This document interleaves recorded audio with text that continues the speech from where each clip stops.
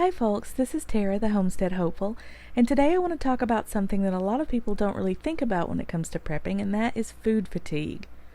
Food fatigue is a major issue, especially if you've been used to eating a highly varied diet for a long time.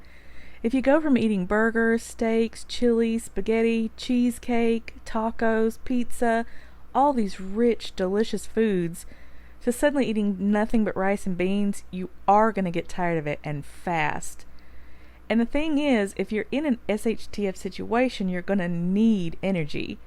You're probably going to be doing a lot more than you normally do, especially if you're used to working a relatively sedentary job, so it's critical to eat as much as you can so you have the energy available to do things like chopping wood, planting a garden without the use of tractors or tillers, and searching for food in the wild.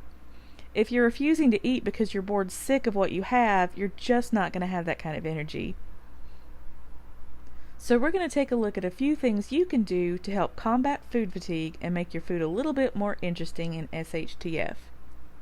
Number 1. Stock up on flavorings.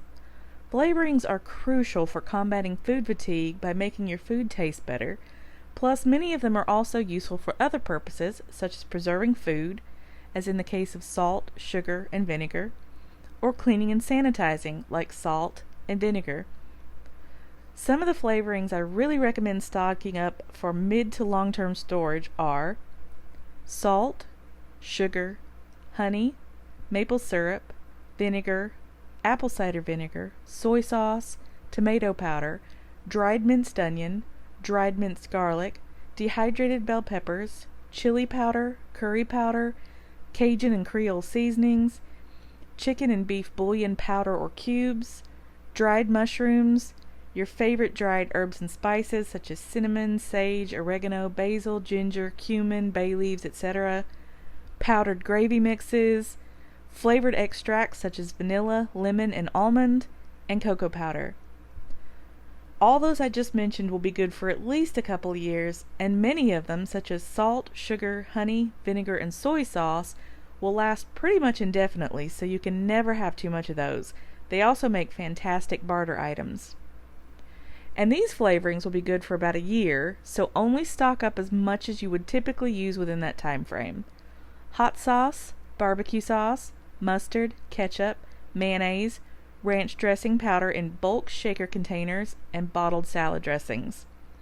While most of these offer very little in the way of nutritive value, the flavor they contribute will go a long way towards making your food more palatable. Number 2, add variety. Most beginning preppers rush out to stock up on plain white rice and pinto beans, and they largely ignore the other types of rice and beans that are available because white rice and pinto beans are usually the cheapest options and are the most commonly available in bulk. This is a big mistake though, because you'll get so bored of eating exactly the same thing for days, weeks, or months at a time. Think about the other types of rice and beans that are available. Jasmine rice, for example, has an incredible flavor reminiscent of buttered popcorn.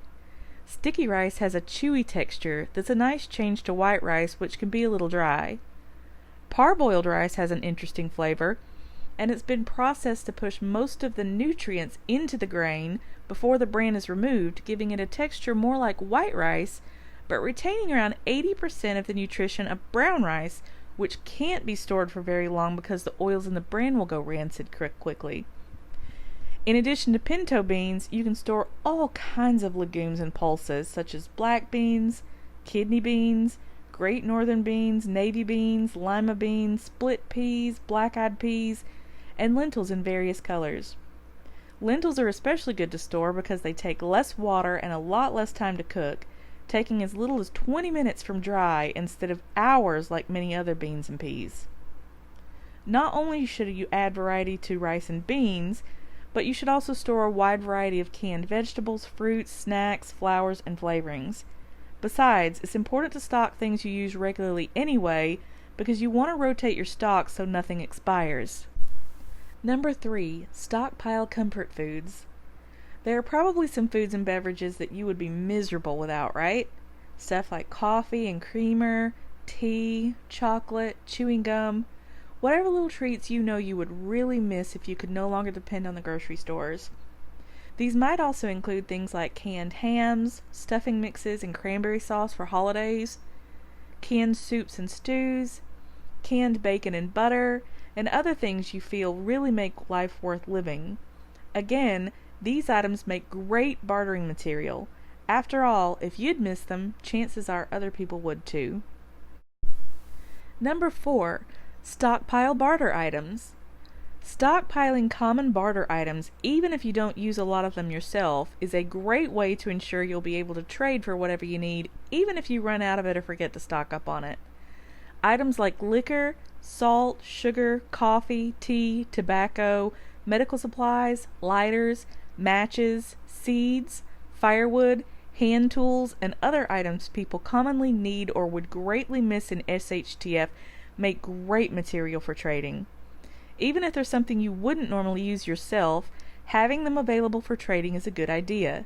In fact, it's especially good to keep some stuff on hand that you don't like just for trading, so you're less likely to have to trade away the stuff you really care about. These are just a few ideas that will help you combat food fatigue in SHTF situations. If you have some ideas, let me know down in the comments below. If you like this video, hit that like button, and if you haven't, subscribe to my channel and ring that notification bell so you don't miss any of my future videos. This is Tara, the Homestead Hopeful, saying stay prepared, stay safe, and stay hopeful.